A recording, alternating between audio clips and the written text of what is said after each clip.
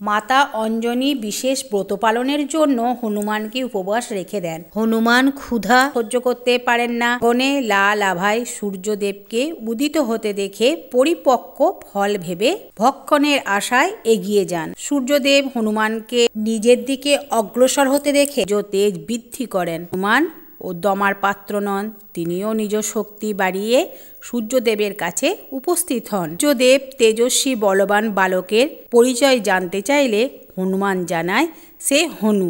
সূর্যদেব নিজ পরিচয় দিয়ে বলেন তিনি ভানু। তখন হনুমান বলে এসো হনু ভানু দুজনে কোলাকুলি করি। সূর্যদেব নিজ তেজ কমিয়ে যে আলিঙ্গনে আবদ্ধ হতে যান, হনুমান তক্ষণি সূর্যদেবকে মুখগহ্বরে ভরে নেন। ব্রহ্মাণ্ড অন্ধকারাচ্ছন্ন হয়ে পড়ে।